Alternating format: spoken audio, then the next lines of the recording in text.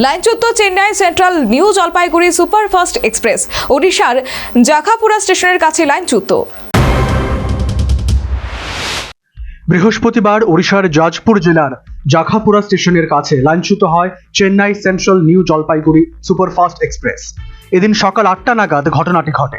Rail সূত্রে জানা গেছে, একটি এসি এবং দুটি অসংরক্ষিত কোচ লাইন থেকে নেমে গিয়েছে। তবে এখনো পর্যন্ত ঘটনায় কোনো হতাহত বা আহতের খবর পাওয়া যায়নি। কী কারণে এই দুর্ঘটনা ঘটল তা এখনো জানা যায়নি। ঘটনায় তদন্ত শুরু করেছেন রেল কর্তৃপক্ষ।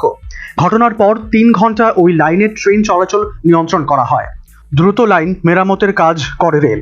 দুর্ঘটনার খবর পেয়ে তড়িঘড়ি ভদ্রক থেকে উদ্ধারকারী দল দ্রুত ঘটনাস্থলে এসে পৌঁছে উদ্ধার কাজ শুরু করেছে। সমস্ত যাত্রীদের নিরাপদে ট্রেন থেকে নামিয়ে অন্যত্র নিরাপদ স্থানে সরিয়ে নেওয়া যায়। এরপরে বিকল্প ট্রেনে করে যাত্রীদের গন্তব্যে পাঠানোর ব্যবস্থা করে রেল কর্তৃপক্ষ। বৃহস্পতিবার সকাল 9টার কিছু আগে এই দুর্ঘটনা ঘটে। সর্বভারতীয় এক সংবাদ মাধ্যমের খবর অনুযায়ী new Jalpaiguri Chennai central superfast express এদিন সকালে ভদ্রক ছেড়ে জাজপুরের দিকে যাচ্ছিল।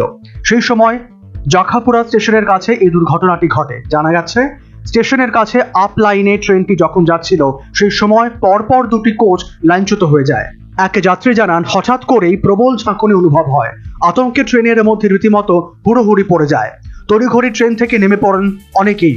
যাত্রীদের কথায় ঘটনার সময় গতি অনেকটাই কম ছিল, ফলে বড়সড় দুর্ঘটনায় এড়ানো সম্ভব হয়েছে। গত কয়েক বছরে একের পর এক ট্রেন দুর্ঘটনার সাক্ষী থেকেছে দেশ। বহু মৃত্যু হয়েছে। এমনকি গত 27 জানুয়ারি ওড়িশার কোরাপুটে একটি মালগাড়ির দুটি ওয়াগন লাইনচ্যুত হয়। একের পর এক ঘটনায় ফের যাত্রী পরিষেবা নিয়ে প্রশ্ন উঠতে শুরু করেছে। National bureau report, news vanguard.